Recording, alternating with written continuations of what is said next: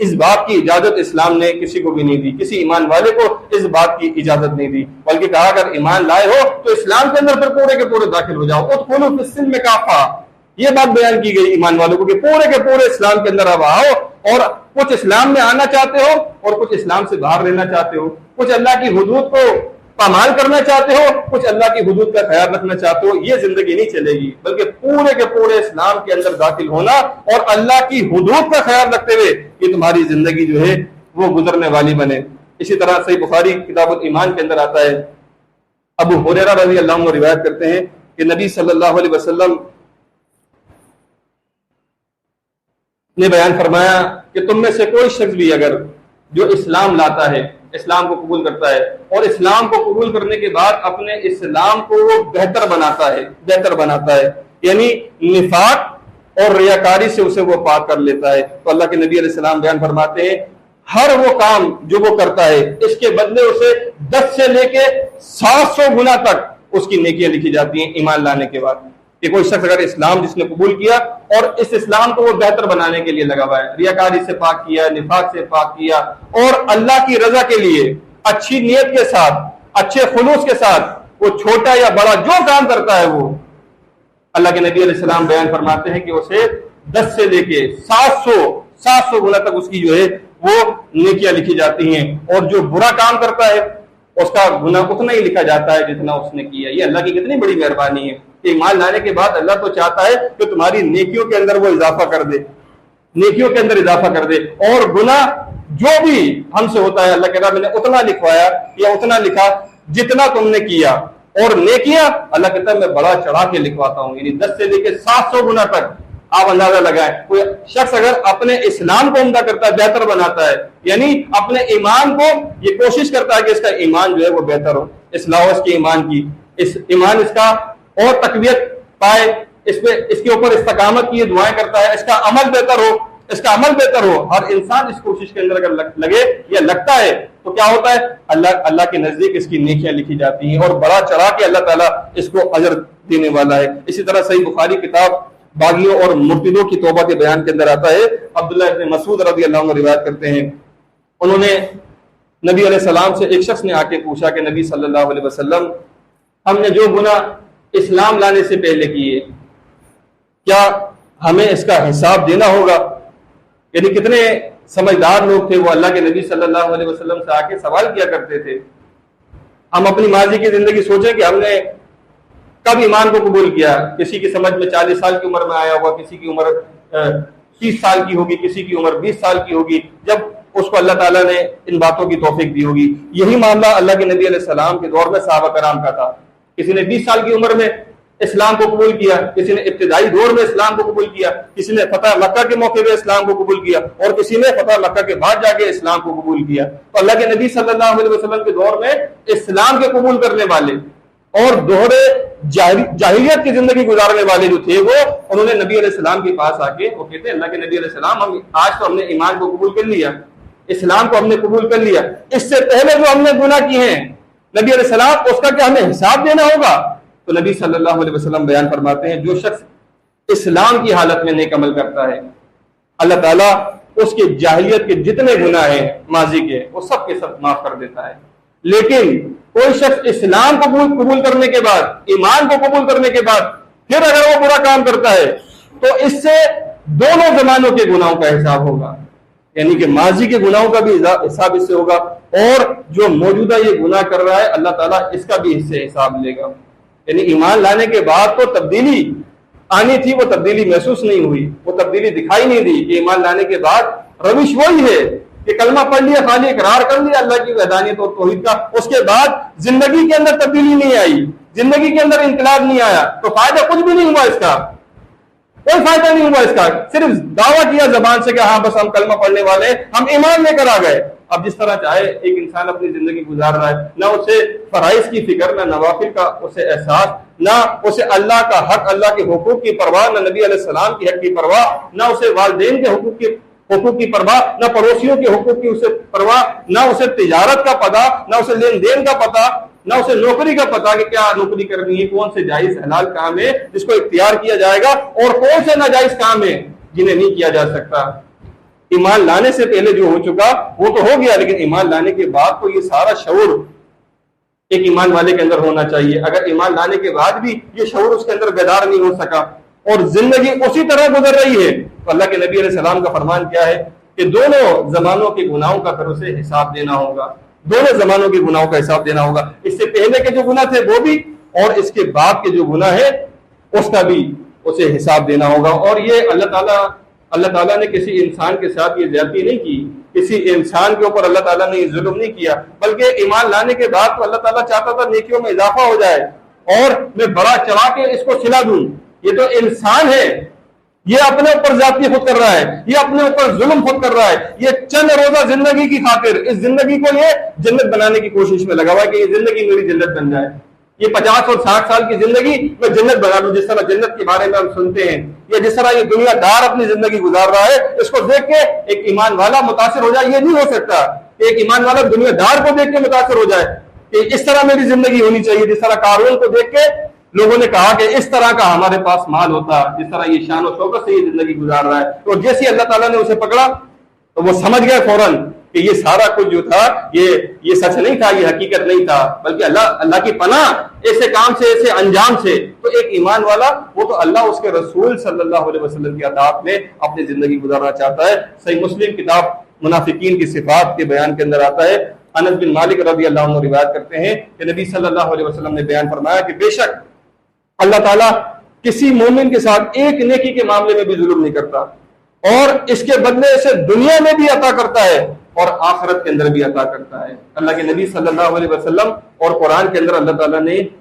یہ دعا سکھلائی، اللہم ربنا آتنا فی الدنیا حسنہ وفی الآخرۃ حسنہ وقنا عذاب النار، کہ اللہ ہمیں اس دنیا میں بھی بھلائی عطا فرما اور آخرت کے اندر بھی ہمیں بھلائی عطا فرما۔ تو اللہ کے نبی علیہ السلام کہہ رہے کہ ایک نیکی کے معاملے میں بھی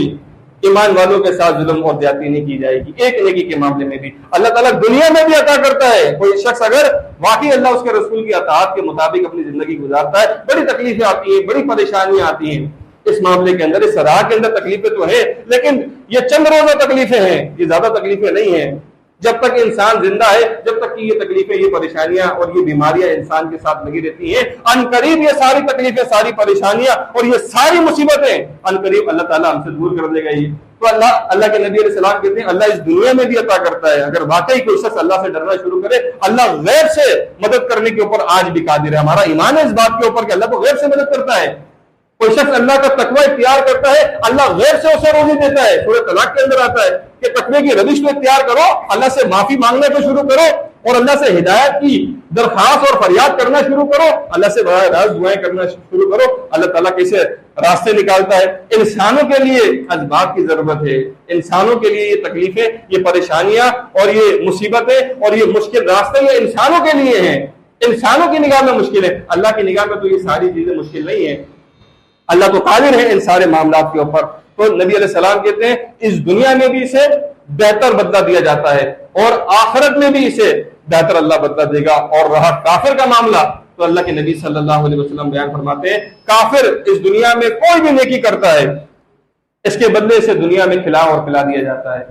یہاں تک کہ جب وہ آخرت میں پہنچتا ہے تو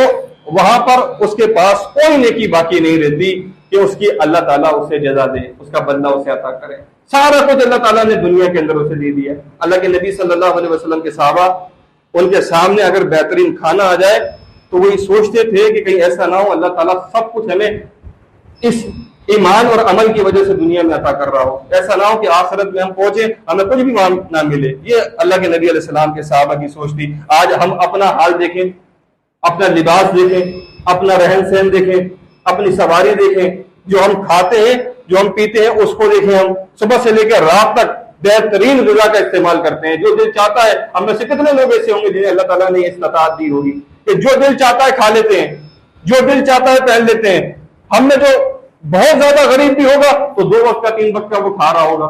پیٹ بھر کے کھا رہا ہوگا، اور ساری چیزیں تقریباً اسے اللہ تعالیٰ نے میسر کی ہوئی ہیں۔ آج کے اس دور کے اندر، اللہ کے نبی علیہ السلام کے دور میں تو یہ چیزیں میسر نہیں تھی۔ سایہ مل جائے کسی کو بڑی بات ہوا کرتی تھی، اس دھوپ کے اندر کسی کو سایہ مل جائے، آج کسی سائے کے اندر آگے کھڑو، یہ اللہ کی نعمت ہے۔ یہ سایہ بھی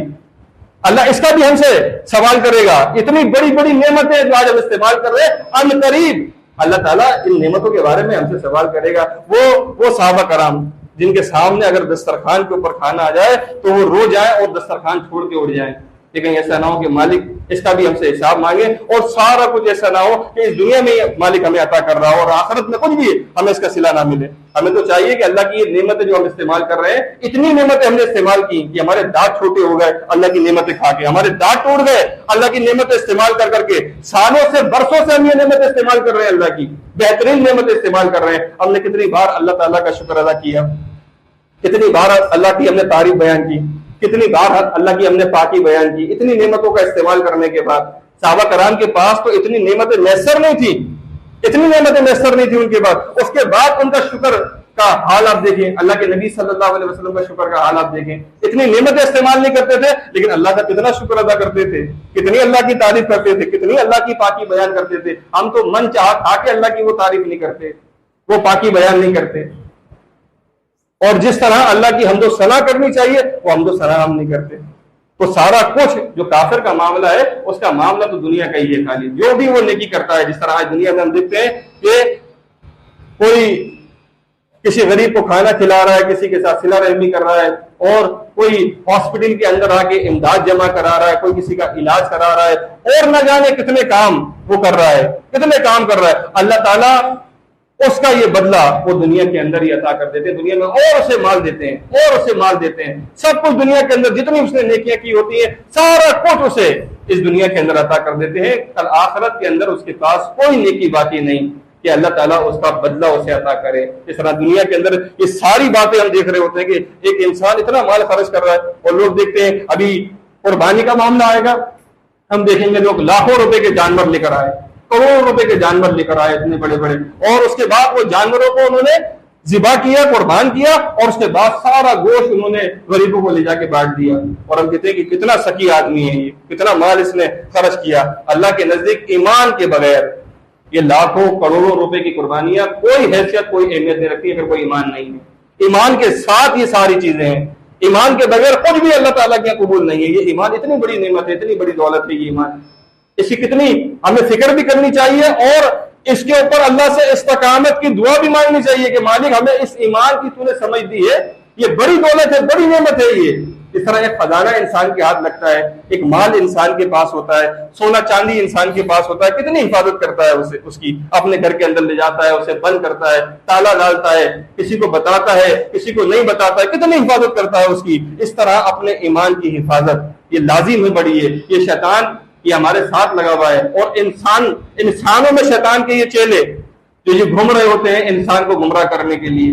یہ تو چاہتے ہیں کہ یہ کسی طرح اس ایمان سے پیچھے ہٹ جائے, اللہ کی آیات سے نکل جائے, اور اللہ کے نبی علیہ السلام کی سنت سے نکل جائے, اور اس طرح یہ دنیا کے اندر لگ جائے. جس طرح آج ہم دنیا کے اندر لگے ہوئے اس طرح یہ دنیا دار بن کے اپنی زندگی گزارے. تو ایک ایماندار وہ اس ایمان کے اوپر یہ اللہ کا بڑا شکر ادا کرتا ہے کہ اس دور کے اندر, اس فتنے کے دور کے اندر مالک نے مجھے یہ ایمان اور یہ بات سمجھا دی, یہ اللہ کی آیات سمجھا دی. یہ اللہ کی آیات تو بڑے بڑے عالم اور مفتیوں کے سمجھ میں نہیں آتی, تفسیر لکھنے والوں کی سمجھ میں نہیں آتی, کتاب کے ہزاروں کتاب کے مصنف کی سمجھ میں نہیں, اللہ کی آیات نہیں آتی, اور اللہ کے نبی علیہ السلام کے فرمان نہیں آتے, جو اپنے نام کے ساتھ شیخ الحدیث شیخ القرآن لگاتے ہیں, ان کی سمجھ میں یہ باتیں نہیں آتی. اللہ یہ کہ جس کو اللہ توفیق دے, جس کو اللہ توفیق دے, جس کے دل میں اللہ ڈال دے یہ بات, یہ اللہ کی اتنی بڑی نعمت ہے. اس کے اوپر تو جتنا انسان اللہ کا شکر ادا کرے کہ مالک تیرا شکر ہے کہ تو نے اس دور میں ہمیں اس ایمان کی دولت سے نوازا, کہ ہم تیری آیات کو پڑھتے ہیں, تیری آیات کے مطابق اپنا ایمان عقیدہ اور عمل بنانے کی ہم کوشش میں لگے ہوئے ہیں. اللہ کے نبی صلی اللہ علیہ وسلم کی سنت کے اوپر ہم عمل کرنے کی کوشش میں لگے ہوئے ہیں. صحابہ کرام کی زندگانی سے ہم فائدہ اٹھانے کی کوشش میں لگے ہوئے ہیں. تو اس دور کے اندر یہ کتنا بڑا اللہ تعالیٰ کا ہمارے اوپر یہ احسان ہے یہ اللہ تعالیٰ کا. تو اللہ تعالیٰ نے بتایا کہ اے ایمان والو اپنی جان کو جہنم کی آگ سے بچاؤ. اسی بات کا اللہ تعالیٰ نے ذکر کیا سورہ صف آیت نمبر 10 اور 11 میں کہ یا ایھا الذین آمنوا هل ادلکم علی تجارۃ تنجیکم من عذاب علیم. اے ایمان والو میں تمہیں ایک ایسی تجارت نہ بتاؤں جو تمہیں بڑے عذاب سے اس دن بچا لے, بڑے عذاب سے تمہیں بچا لے. جس طرح دنیا میں تم تجارت کرتے ہو اور تجارت کرنے کے بعد تمہیں ایک بڑا فائدہ ہوتا ہے, دنیا کے اندر تم تجارت کرتے ہو, تم چاہتے ہو کہ میں فلانی تجارت کروں, فلاں سے مشورہ میں لوں, اس کے بعد اس کام میں اپنا پیسہ لگاؤں اور اس کے آخر میں مجھے اتنا فائدہ ہو جائے. تو اللہ کہہ رہا ہے میں تمہیں وہ تجارت نہ بتاؤں, اس سے تمہیں دو فائدے ہوں گے، ایک تو تمہیں عذاب علیم سے تم بچا لیے جاؤ گے، اور اس کے بعد کیا ہوگا؟ اس کے بعد یہ ہوگا تم جنت کے وارث بنا دیے جاؤ گے، اس اللہ کی نعمتوں بھری جنت کے اندر تم داخل کر دیے جاؤ گے، یہ تمہارا انجام ہوگا۔ تو اللہ تعالیٰ نے بیان فرمایا کہ اے ایمان والو، میں تمہیں وہ تجارت نہ بتاؤں جو تمہیں اس دن کے عذاب علیم سے بچائے؟ تؤمنون باللہ ورسولہ، فرمایا تم اللہ پہ ایمان لاؤ، اس کے رسول پہ ایمان لاؤ۔ جس طرح اللہ پر اور اس کے رسول صلی اللہ علیہ وسلم پہ ایمان لانے کا حق بنتا ہے، اس طرح ایمان لاؤ۔ اس ایمان کو کھیل و تماشا نہ بناؤ، اس ایمان کو کھیل و تماشا نہ بناؤ، اللہ کی آیات کو سننے کے بعد کھیل و تماشا نہ بناؤ، اللہ کے نبی علیہ السلام کی بات کو سننے کے بعد کھیل و تماشا نہ بناؤ، صحابہ کرام کی زندگی کے واقعات سننے کے بعد ان کی زندگیوں کو کھیل و تماشا نہ سمجھو، بلکہ ان آیات کو سننے کے بعد اس کو اپنے جسم کے اوپر نافذ کرو، اپنا عمل اللہ کی آیات کے مطابق بناؤ، اللہ کے حکم کے مطابق زندگی، اللہ کے نبی صلی اللہ علیہ وسلم کی اطاعت، ان کے حکم کے مطابق یہ زندگی۔ تو فرمایا تؤمنون باللہ ورسولہ، ایمان لاؤ اللہ پر جس طرح ایمان لانے کا حق ہے، اور اس کے رسول صلی اللہ علیہ وسلم کے اوپر، اور وتجاہدون فی سبیل اللہ وباموالکم وانفسکم، اور اللہ کی راہ میں جہاد کرو اپنی جان سے اور اپنے مال سے۔ پھر یہ دو تقاضے ہیں، پھر یہ جان اور یہ مال، اس سے پھر اللہ کی راہ میں جد و جہد کرنا، اللہ کی راہ میں یہ جان اور مال لگا دینا۔ یہ جان یہ اللہ کی امانت ہے، اور یہ جو مال دیا ہے یہ بھی اللہ کی امانت ہے۔ کوئی شخص کہے گا کہ میں مال لگاتا ہوں، اپنی جان نہیں لگاتا، اپنی جان نہیں کھپاتا اللہ کے دین کے لیے، اللہ کہتا ہے نہیں، یہ دونوں چیزیں چاہیے۔ کوئی کہتا ہے میں جان لگاتا ہوں اللہ کی راہ میں لیکن یہ مال نہیں لگاتا،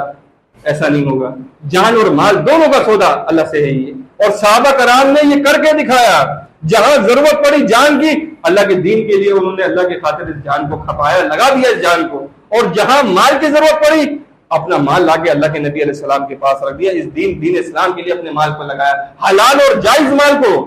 محنت مزدوری کر کے کما کے وہ لائے اور اللہ کے دین میں لا کے اس مال کو لگا دیا، جان اور مال کا سودا۔ فرمایا ذالک خیر لکم، یہ تمہارے لیے بہتر ہے، ان کنتم تعلمون، اگر واقعی تم علم رکھتے ہو تو یہ تمہارے لیے بہتر ہے۔ اس طرح ایمان لاؤ اللہ پر، اس کے رسول پر، اور اس کے بعد یہ جان اور مال سے جہاد کرو اللہ کے راستے میں، یہ جان اور مال لگاؤ، یہ جان اور مال کی بازی ہے یہ دین اسلام، اس میں جان بھی کھپانا پڑے گی، وقت بھی لگانا پڑے گا، مال بھی لگانا پڑے گا، صلاحیتیں بھی لگانا پڑیں گی، جو کچھ اللہ نے عطا کیا ہے یہ ساری چیزیں اللہ کے راہ میں وقتاً فوقتاً جو ہے وہ قربان کرنا پڑیں گی، جو اللہ تقاضا کر لے، جو اللہ مانگ لے۔ جس طرح صحابہ کرام کے سامنے جیسے حالات آئے انہوں نے ویسے کام کیا اللہ کی رضامندی کے لیے، اللہ کے نبی صلی اللہ علیہ وسلم کے حکم کو سنا اور جان اور مال انہوں نے لگا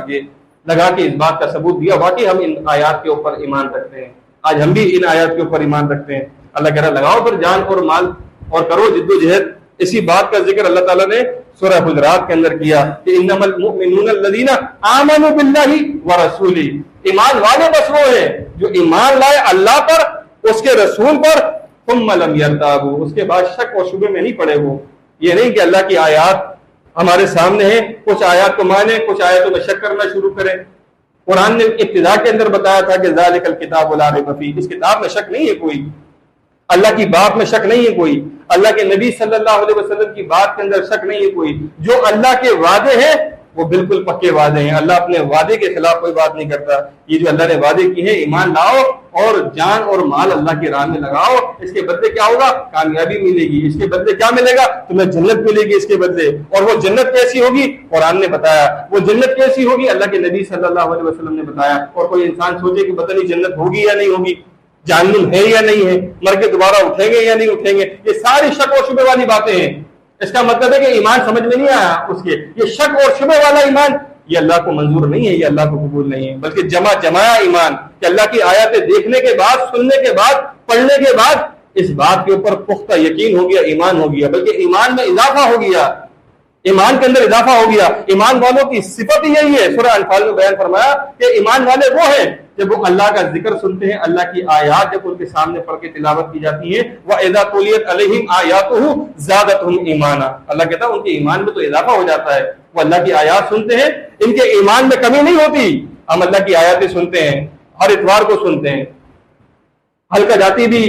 اللہ اس کے رسول صلی اللہ علیہ وسلم کی باتیں ہم سن رہے ہوتے ہیں، ہمارے ایمان میں اضافہ ہوتا ہے یا ہمارے ایمان میں کمی آتی ہے؟ اگر ہمارے ایمان میں کمی آ رہی ہے اللہ کی باتیں سننے کے بعد، اس کے رسول صلی اللہ علیہ وسلم کی باتیں سننے کے بعد، تو اس کا مطلب ہے ان اجتماع سے ہمیں کوئی فائدہ نہیں ہو رہا،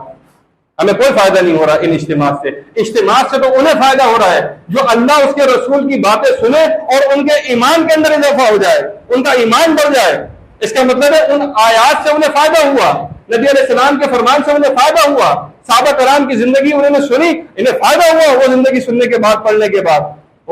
یہ وہ لوگ ہیں جن کے ایمان کے اندر اضافہ ہوتا ہے۔ تو فرمایا کہ ثم لم يرتابوا، انہوں نے اللہ اس کے رسول پہ ایمان لائے، اس کے بعد پھر انہوں نے شک نہیں کیا۔ وجاہدوا باموالہم وانفسہم فی سبیل اللہ، اور جان اور مال اس سے انہوں نے جہاد کیا اللہ کے راستے میں۔ قرآن کہتا ہے اولئک ہم الصادقون، یہ سچے لوگ ہیں، یہ سارے سچے لوگ ہیں جنہوں نے اللہ کے اوپر خالص ایمان لائے، اس کے رسول کے اوپر خالص ایمان لائے، اور شک نہیں کیا انہوں نے، اور جان اور مال سے جہاد کرتے چلے گئے۔ یہ ایسے سچے لوگ ہیں کہ قرآن کہتا ہے کہ ایسے لوگوں کی جانیں اور مالیں میں نے خریدی پھر۔ سورہ توبہ آیت نمبر 111 میں کہ ان اللہ اشتری من المؤمنین انفسہم واموالہم بان لہم الجنہ، ایسے وہ مومن تھے جو جد و جہد کر رہے تھے، جان اور مال اللہ کے راستے میں لگا رہے تھے۔ تو مالک کہتا ہے ایسے مومنین کی جانیں اور مال یہ میں نے خرید لیے جنت کے بدلے میں انہیں جنت دوں گا۔ یہ جان بھی میں نے خرید لی، یہ مال بھی میں نے خرید لیا۔ تو ایمان والوں کی جانیں اور ان کے مال یہ تو بکے ہوئے ہیں۔ ہمارا تو سودا ہو گیا اللہ سے، ایک ایمان والا یہ تو اپنا سودا کرتا ہے اللہ سے۔ اور اس کے بعد کیا ہوتا ہے؟ یقاتلون فی سبیل اللہ فیقتلون ویقتلون، یہ اللہ کے راستے میں جب وہ وقت آتا ہے جہاد کا، یہ مرتے بھی ہیں اللہ کے راستے میں، شہید بھی ہوتے ہیں اور یہ مارتے بھی ہیں۔ پھر یہ وقت بھی آتا ہے، ابھی تو وہ وقت بڑا دور ہے جہاد فی سبیل اللہ کا، جہاں گردنیں جاتی بھی ہیں اور گردنیں لینی بھی پڑتی ہیں، رشتہ دار بھی سامنے آتے ہیں اور برادری والے بھی سامنے آتے ہیں اور دوست احباب بھی سامنے آتے ہیں۔ یہ سارا کام کرنا ہوتا ہے۔ تو اللہ کے نبی صلی اللہ علیہ وسلم کے دور میں یہ سب کچھ ہوا۔ صحابہ کرام نے لحاظ نہیں کیا کہ سامنے کھڑا ہوا کون ہے، ان کے دلوں کے اندر اللہ کی محبت ایسی آ گئی تھی، اس کے رسول کی محبت ایسی آ گئی تھی، اور اسلام کے اوپر ایسا جم گئے تھے، ایمان عقیدہ ان کا ایسا ہو گیا تھا کہ پھر انہوں نے لحاظ نہیں کیا اللہ اور اس کے رسول کے حکم کے آگے۔ سامنے کوئی بھی کھڑا ہو کر یہ جانیں بھی انہوں نے اللہ کی راہ میں لگائیں اور جانیں بھی انہوں نے لی۔ فرمایا وعدن علیہ حقا فی التوراۃ والانجیل والقرآن، اللہ کا یہ وعدہ تھا، اور یہ وعدہ تورات میں بھی تھا، یہ وعدہ انجیل میں بھی تھا، اور اللہ نے یہ وعدہ قرآن میں بھی کیا۔ اللہ نے ایسے لوگوں سے، ایسے مخلص،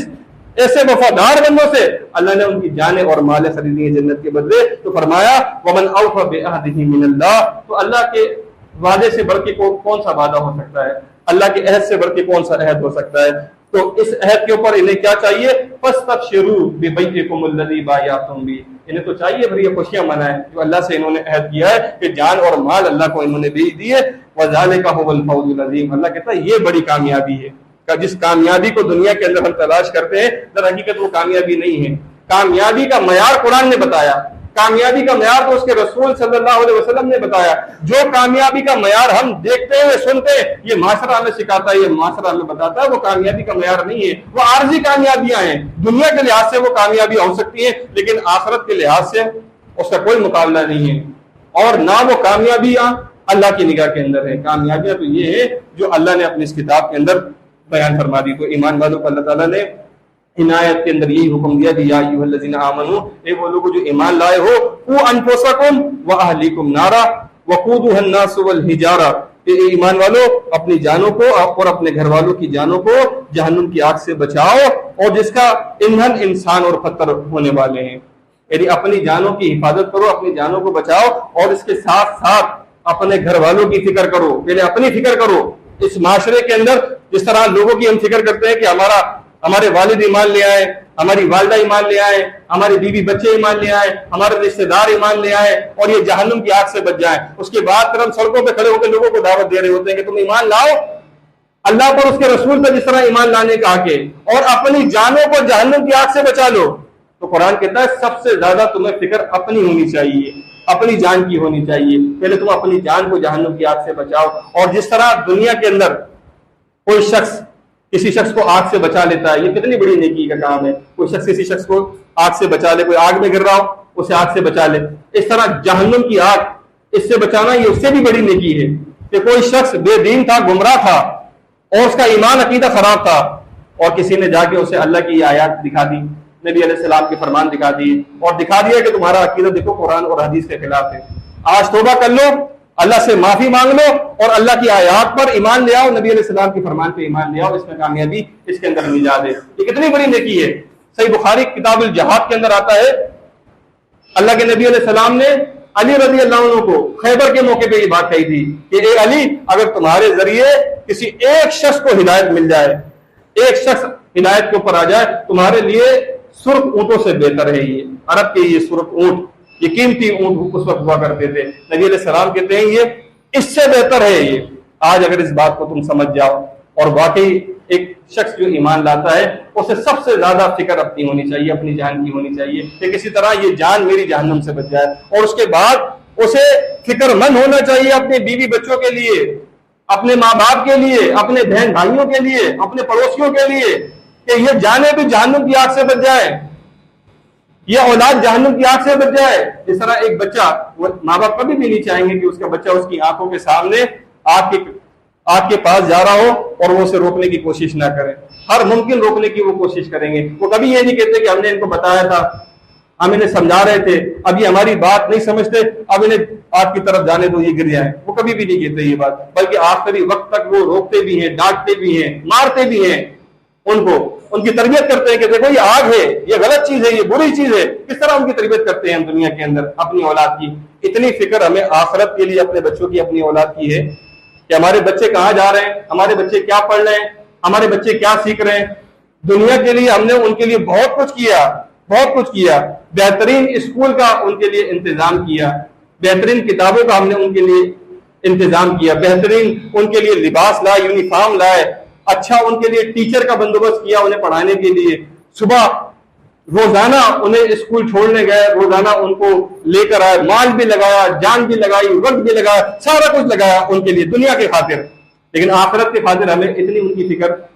کہ جتنی دنیا کے خاطر ہماری ان کی فکر تھی، ہماری ان کے لیے فکر تھی، آخرت کے لیے ہماری اتنی فکر ان کے لیے ہے، ہماری اپنے بچوں کے لیے، کہ ہمارے بچے کل یہ جہنم کی آگ کا ایندھن نہ بن جائیں، کہ یہ جہنم کی آگ کے اندر داخل نہ ہو جائیں۔ اتنی فکر، یہ فکر تو انبیاء علیہ السلام کو تھی، وقت کے رسولوں نے اپنی اولاد کی فکر کی، وقت کے رسول فکر مند تھے اپنی اولاد کے لیے کہ ہمارے بچے کہیں جہنم کا ایندھن نہ بن جائیں، کیونکہ ان کی تربیت کرنا پڑتی ہے، انہیں بتانا پڑتا ہے، انہیں سکھلانا پڑتا ہے،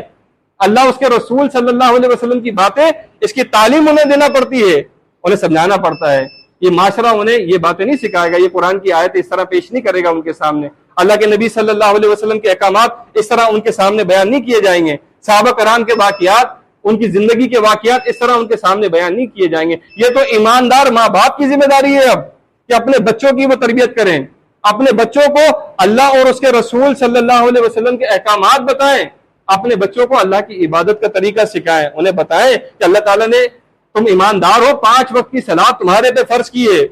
نبی علیہ السلام کہتے ہیں، ابو داؤد کتاب الصلاۃ کے اندر آتا ہے کہ 7 سال کی عمر بچے کی ہو جائے اسے صلاۃ کا حکم دو،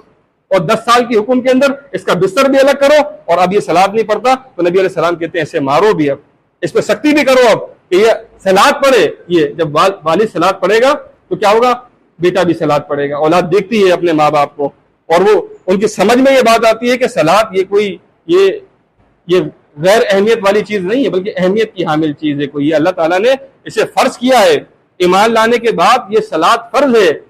تو اس کا وہ خود بھی اہتمام کرتا ہے اور اپنے بچوں کو بھی اس کا وہ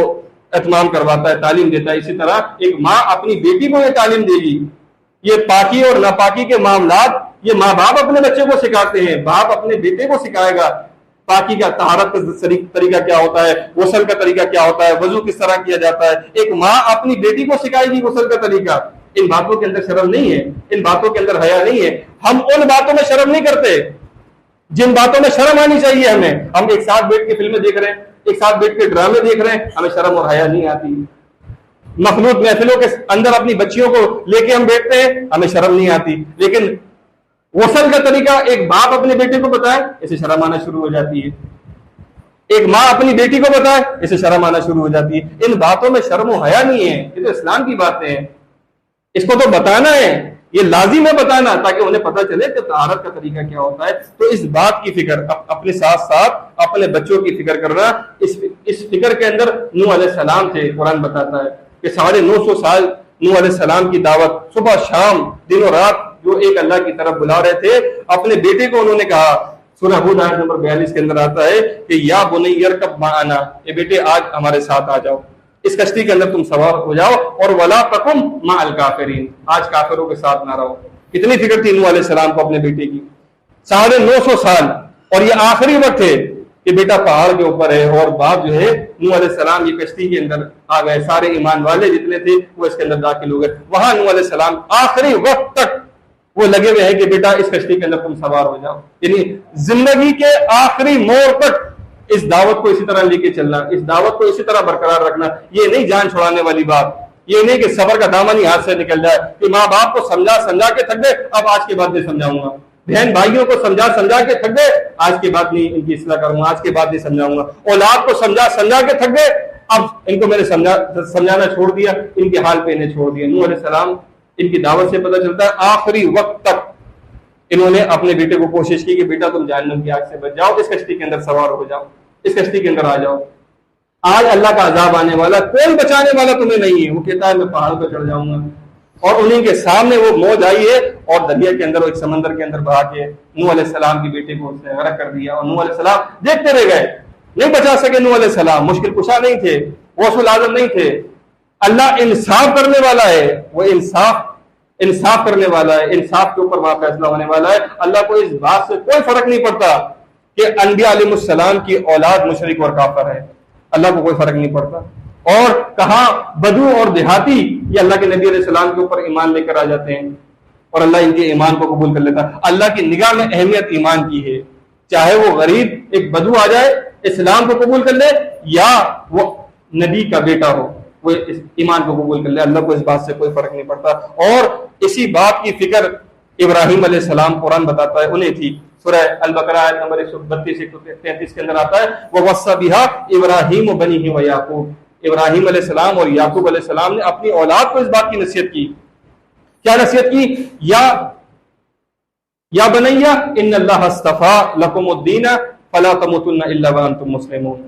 کہ میرے بیٹا اللہ تعالیٰ نے تمہارے لیے دین اسلام کو پسند کیا ہے، اور دیکھو مرنا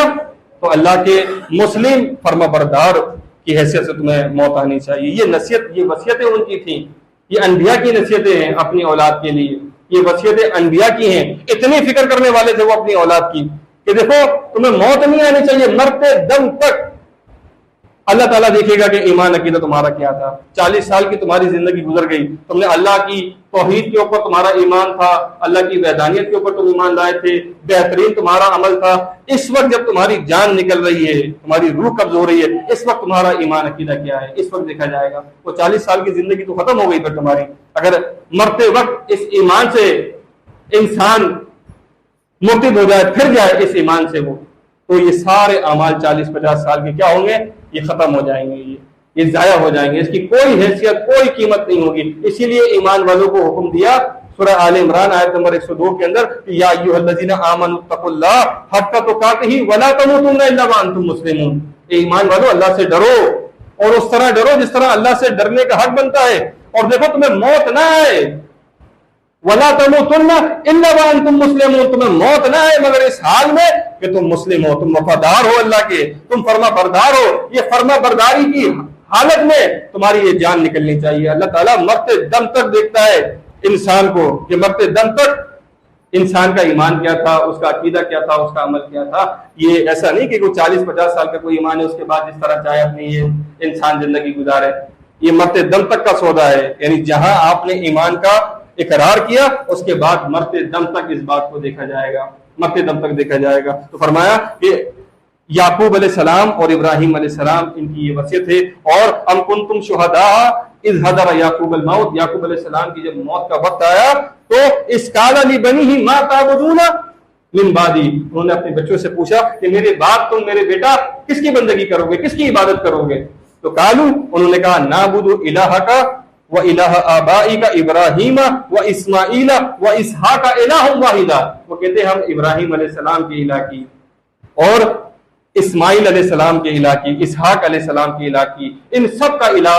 ایک تھا، اس الہ کی ہم عبادت کریں گے، اس الہ کی ہم بندگی کریں گے، اور وَنَحْنُ لَهُ مُسْلِمُونَ، ہم اسی کے فرما بردار ہیں۔ یہ انبیاء علیہ السلام اتنی فکر تھی انہیں اپنی اولاد کی، اپنے بچوں کی۔ لقمان علیہ السلام کا واقعہ سورہ لقمان آیت نمبر 13 کے اندر کیا کہتے ہیں؟ یا بنی لا تشرک باللہ، اپنے بیٹے کو نصیحت کی، اور نصیحت کیا کی؟ بیٹا اللہ کے ساتھ شرک نہیں کرنا، ان الشرک لظلم عظیم، بے شک یہ شرک جو ہے یہ ظلم عظیم ہے یہ۔ اور اسی بات کی نصیحت اللہ کے نبی علیہ السلام نے فاطمہ رضی اللہ عنہا کو کی کہ بیٹی جو کچھ تمہیں لینا ہے، صحیح بخاری کتاب و تفسیر کے اندر آتا ہے، جو کچھ تمہیں لینا ہے میرے مال میں سے ابھی لے لو، کل آخرت میں، کل قیامت کے دن میں تمہارے کوئی کام آنے والا نہیں۔ دنیا میں مانگ لو، جو مال مجھے اللہ نے دیا ہے اور تصرف کا حق بھی دیا ہے وہ مال تم مجھ سے لے لو، آج دنیا میں لے لو، کل اللہ کی بارگاہ میں تمہارے کوئی کام آنے والا نہیں ہوں۔ یہ جو رشتہ دار ہیں، یہ ہمارے اہل و عیال ہیں، ہمارے اولاد، ہماری بیوی، ہمارے بہن بھائی، یہ سارے رشتے جو خونی ہیں یا جو رشتے اللہ تعالیٰ نے جائز کر دیے ہمارے لیے، یہ سارے رشتے جن کی خوشیوں کے خاطر آج ہم اللہ کی نافرمانی کرتے ہیں، اس کے رسول صلی اللہ علیہ وسلم کی نافرمانی کرتے ہیں، ان کی خوشیوں کے خاطر کہ بس یہ خوش ہو جائے، یہ راضی ہو جائے، اللہ ناراض ہو جائے، اللہ کے نبی صلی اللہ علیہ وسلم کی سنت یہ پیٹ کے پیچھے چلی جائے، کوئی فرق نہیں پڑتا۔ ایک وقت آنے والا ہے، سورہ عبس کے اندر اللہ تعالیٰ نے بیان فرمایا آیت 34 اور 37 کے اندر کہ یوم یفر المرء من اخیہ، یہ وہ دن ہے کہ جس دن انسان بھاگے گا اپنے بھائی سے۔ آج تو یہ بھائی کی بڑی محبت ہے، اور وہ امہ و ابی، اپنی ماں سے، اپنے باپ سے، وہ صاحبتہ و بنی، اپنی بیوی سے، اپنے بچے سے، یہ خونی رشتے اور وہ رشتے اس میں جو اللہ نے جائز کیے ہیں، جن سے آج بڑی محبت ہمیں ہے۔ ان کی خوشیوں کے خاطر آج ہم نے اللہ اس کے رسول صلی اللہ علیہ وسلم کے حکم کو ٹھکرا دیا، نہیں مانا ہم نے کہ بس یہ راضی اور یہ خوش ہو جائے، کیا کچھ نہیں کیا ان کی خوشیوں کے لیے۔ وہ حالت اللہ تعالیٰ نے بیان کی ہے کہ اتنی تم ان سے محبت کرتے ہو، ایک وقت آنے والا ہے کہ تم بھاگو گے ان سے، اپنے بھائی سے بھاگو گے۔ کوئی تصور کر سکتا ہے کہ اتنی محبت کرتا ہوں میں اپنے بھائی سے، اپنی ماں سے، اپنے باپ سے، اپنی بیوی سے، اپنے اولاد سے، اپنے بچوں سے مجھے اتنی محبت ہے؟ اور اللہ تعالیٰ اس دن کا نقشہ کھینچ رہا ہے کہ اس دن تمہاری کیفیت کیا ہوگی کہ تم ان سب کو چھوڑ کے بھاگنے والے ہوگے، اور کیا ہوگے؟ لِكُلِّ امْرِئٍ يَوْمَئِذٍ شَأْنٌ يُغْنِيهِ، ہر آدمی اس دن اپنی فکر میں لگا ہے، اور وہ اس کے لیے کافی ہے۔ ہر آدمی اپنے بارے میں سوچ رہا ہے کہ میں جنت کے اندر داخل ہو جاؤں اور جہنم سے میں بچا لیا جاؤں۔ یہ اس دن نفس نفسی کا جو ہے وہ حال ہونے والا ہے، جن رشتوں کی خاطر آج ہم سب کچھ کر رہے ہیں۔ تو اللہ تعالیٰ نے یہ سارے رشتے بھی اپنی اس کتاب کے اندر بتایا، فرمایا کہ اے ایمان والو، اپنے آپ کو، اپنے گھر والوں کو جہنم کی آگ سے بچاؤ، جس کا ایندھن انسان اور پتھر ہونے والے ہیں۔ علیہا ملائکۃ غلاظ شداد، اس کے اوپر بڑے تنخو اور سخت مزاج اللہ تعالیٰ نے فرشتے جو ہے وہ مقرر کیے ہیں۔ لا یعصون اللہ ما امرہم ویفعلون ما یؤمرون، اور اللہ جو انہیں حکم دیتا ہے وہ اس کی نافرمانی نہیں کرتے، بلکہ جو حکم انہیں ملتا ہے وہ کرنے والے ہوتے ہیں۔ اتنے تنخو، ایسے سخت مزاج اللہ تعالیٰ نے فرشتے جہنم کے اوپر مقرر کیے ہیں۔ وہ چیخنے چلانے کی پرواہ نہیں کرتے، چھوٹا ہے، بڑا ہے، مرد ہے، عورت ہے، کس کا باپ ہے، کس کی ماں ہے، کس کی اولاد ہے، کس کا رشتہ دار ہے، انہیں کوئی فرق نہیں پڑتا، اور نہ چیخنے چلانے سے ان کے دل کے اوپر کوئی اثر پڑتا ہے، یا وہ سوچتے ہیں کہ یہ چیخ رہا ہے، چلا رہا ہے، اس کے اوپر کچھ رحم کر دیا جائے۔ اللہ تعالیٰ نے ایسے فرشتے اللہ نے مقرر کیے ہیں، تنخو، سخت مزاج فرشتے۔ دنیا میں تو کسی انسان کو ہم دیکھ لیں وہ پیاسا ہے، ہمارے دل میں رحم آتا ہے، اسے پانی پلا دیں۔ کوئی تکلیف میں ہے، ہماری کوشش ہوتی ہے اس کی تکلیف دور کر دیں۔ زیادہ بڑی مصیبت میں کسی کو دیکھتے ہیں، وقتی طور پہ انسان، دل کی کیفیت ہے ہر انسان کی الگ الگ، وہ پریشان ہوتا ہے کہ اللہ تعالیٰ اس کی تکلیف، اس کی پریشانی کو دور کرے۔ وہاں پر حال یہ ہے کہ جو شخص جہنم کا ایندھن بنا دیا گیا، جو اس کے اوپر فرشتے ہیں، وہ رحم کھانے والے نہیں ہیں، انہیں چیخ اور چلانے سے کوئی فرق نہیں پڑتا۔ وہاں انسان چیخ یا چلائے، کوئی فرق نہیں پڑتا انہیں،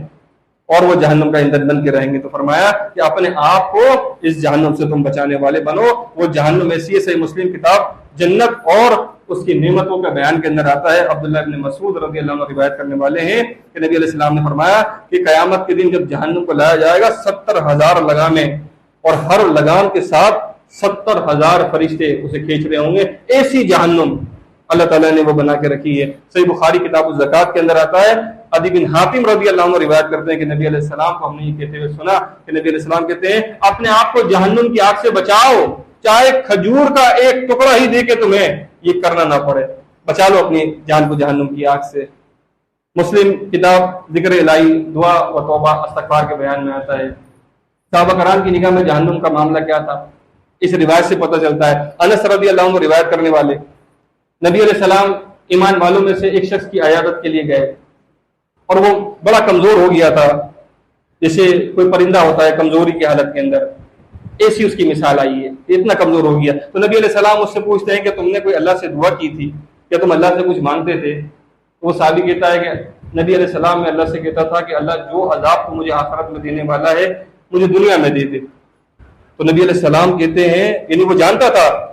قرآن پڑھتا تھا، قرآن سنتا تھا، نبی علیہ السلام کی محفلوں میں بیٹھتا تھا، نبی علیہ السلام کی باتیں سنتا تھا، اسے پتا تھا جہنم کیا ہے، اس کا عذاب کیا ہے۔ وہ کہتا تھا کہ وہاں کا عذاب کون اٹھائے گا،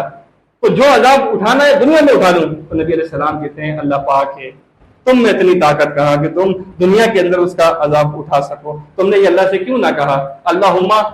ربنا آتنا فی الدنیا حسنہ وفی الآخرۃ حسنہ وقنا عذاب النار۔ تم کہتے کہ اللہ مجھے دنیا میں بھی بھلائی عطا کر، مجھے آخرت میں بھی بھلائی عطا کر، مجھے جہنم کے عذاب سے بچا۔ تو نبی علیہ السلام نے پھر اس کے لیے دعا کی، اس کے لیے دعا کی اور اللہ تعالیٰ نے اسے پھر شفا دی۔ تو یہ ان کی نگاہ میں واقعی وہ جانتے تھے کہ جہنم کیا ہے، جہنم کا عذاب کیا ہے۔ ہم نے تو اس جہنم کو ہم سنتے ہیں، ہم پڑھتے ہیں، ہمارے رونگٹے کھڑے نہیں ہوتے۔ یہ جہنم کی باتیں سننے کے بعد، اس کے واقعات سننے کے بعد، اللہ کے عذاب سننے کے بعد ہمارے رونگٹے کھڑے نہیں ہوتے، کیونکہ ہم نے اس جہنم کو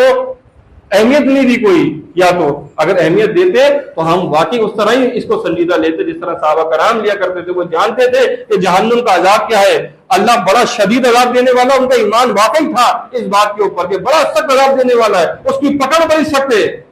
ہم یہ باتیں سنتے ہیں، اس طرح ہمارا ایمان عقیدہ ان باتوں پہ نہیں ہوتا، ہماری زندگیاں تبدیل ہو جائیں، ہماری زندگیاں بہترین ہو جائیں اگر ہمیں اتنا ڈر، اتنا خوف ہمارے اندر پیدا ہو جائے۔ اس کے بعد یہی ڈر ہم نے پیدا کرنا ہے لوگوں کے اندر کہ دیکھو یہ اللہ اس کے رسول صلی اللہ علیہ وسلم کی بات ہے، یہ اللہ کی جہنم ہے اور یہ اللہ کی جنت ہے۔ پھر کسی انسان کو بتائیں، پہلے خود تو ان باتوں کو سمجھیں اس طرح جس طرح سمجھنے کا حق بنتا ہے، اس کے بعد پھر یہ دعوت لوگوں کو دینا شروع کریں۔ تو اللہ کے نبی صلی اللہ علیہ وسلم کی نصیحت کو وہ اس طرح لیا کرتے تھے، اللہ کے نبی علیہ السلام کی باتوں کو وہ اتنی سنجیدگی کے ساتھ سنا کرتے تھے۔ تو فرمایا کہ ایسے تنخو اور سخت مزاج فرشتے اللہ تعالیٰ نے اس جہنم کے اوپر مقرر کیے ہیں۔ اللہ جو انہیں حکم دیتا ہے اس کی نافرمانی نہیں کرتے وہ، اور جو حکم انہیں ملتا ہے وہ اسے بجا لاتے ہیں۔ قرآن سورہ زمر آیت نمبر 15 کے اندر آتا ہے کہ نبی علیہ السلام صلی اللہ نے کہا، کل نبی علیہ السلام ان کے سامنے اعلان کرے، ان الخاسرین الذین خسروا انفسهم واہلیہم یوم القیامہ، کہ خسارہ پانے والے اور نقصان اٹھانے والے تو وہ لوگ ہیں جنہوں نے قیامت کے دن اپنے آپ کو اور اپنے گھر والوں کو ہلاکت میں ڈال دیا۔ اور الا ذالک هو الخسران المبین، اللہ کہتا ہے یہ بڑا خسارہ ہے، یہ بڑا خسارہ ہے۔ تو فرمایا اپنی جانوں کو بچاؤ، یا ایھا الذین کفروا لا تعتذروا اليوم، اور اے کافرو آج بہانے مت بناؤ، انما تجزون ما کنتم تعملون، اور تمہیں اسی چیز کا بدلہ دیا جاتا ہے جو تم کام اس دنیا میں کرتے تھے۔ آج تم عذر نہ پیش کرو، آج تم بہانے نہ پیش کرو، جو تم دنیا میں کر رہے تھے اللہ نے تمہیں اسی کا بدلہ دیا۔ فرمایا یا ایھا الذین آمنوا توبوا الی اللہ توبۃ نصوحا، اے ایمان والو اللہ کے آگے بڑی سچی توبہ کرو، سچی سچی توبہ کرو، اپنے کفر سے، اپنے شرک سے اللہ سے معافیا مانگو، توبہ کرو سچی سچی، اور جب ماضی کے وہ گناہ، وہ کفر، وہ شرک یاد آئے رونگٹے کھڑے ہو جائیں اور باقی اللہ کا شکر ادا کرنے والے بن جائیں کہ اللہ نے ہمیں توفیق دی۔ یہ نہیں کہ وہ اللہ کے نافرمانی والے کام یاد آئے اور ہم کہیں گے کیا وہ دور ہوا کرتا تھا، مسکراتے ہوئے اور تالیاں مارتے ہوئے ہم وہ باتیں بیان کریں کہ ہم کس طرح 11ویں کرتے تھے، کس طرح 12ویں کرتے تھے، کس طرح یا رسول مدد کے، یا علی مدد کے نعرے لگایا کرتے تھے، کس طرح بازو پہ تعبیر باندھا کرتے تھے، کس طرح مزار پہ جایا کرتے تھے، کیا دن ہوا کرتے تھے وہ۔ اس کا مطلب ہے دل کے اندر وہ ندامت نہیں ہے، یہ توبۃ نصوحا نہیں ہے، بلکہ فرمایا پوری سنجیدگی کے ساتھ ان گناہوں کو ماضی کے یاد کر کے رونا اور اللہ سے معافی مانگنا کہ واقعی مالک کو بڑے گناہ تھے، اس حال میں مر جاتے، اس حال میں اگر یہ جان چلی جاتی تو جہنم کا ایندھن بن جاتے۔ اللہ نے توفیق دی، مالک ان گناہوں سے تم نے بچا لیا، اور سمجھنے کی توفیق دی،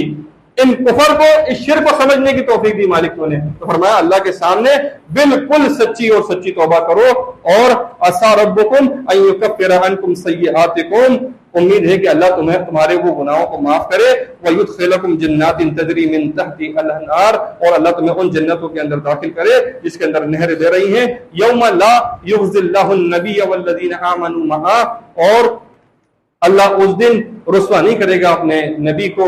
اور ان ایمان والوں کو جو اس کے ساتھ ہیں، نورہم یسعی بین ایدیہم و بایمانہم، اور ان کا نور ان کے آگے اور دائیں طرف دوڑ رہا ہوگا، نیکیوں کی شکل میں، ایمان کی شکل میں وہ روشنی کے اندر چل رہے ہوں گے، اور یقولون ربنا اتمم لنا نورنا واغفر لنا، اور وہ اللہ سے دعائیں کر رہے ہوں گے اللہ اس نور کو کامل کر دے، مکمل کر دے اس کو، اور ہمیں معاف کر دے، انک علی کل شیء قدیر، بے شک مالک تو سننے والا اور جاننے والا ہے اور تو ہر چیز کے اوپر قادر ہے۔ تو اللہ سے اپنے لیے بھی دعا ہے، تمام سننے والے بھائیوں کے لیے دعا ہے کہ مالک پاک پروردگار ہمیں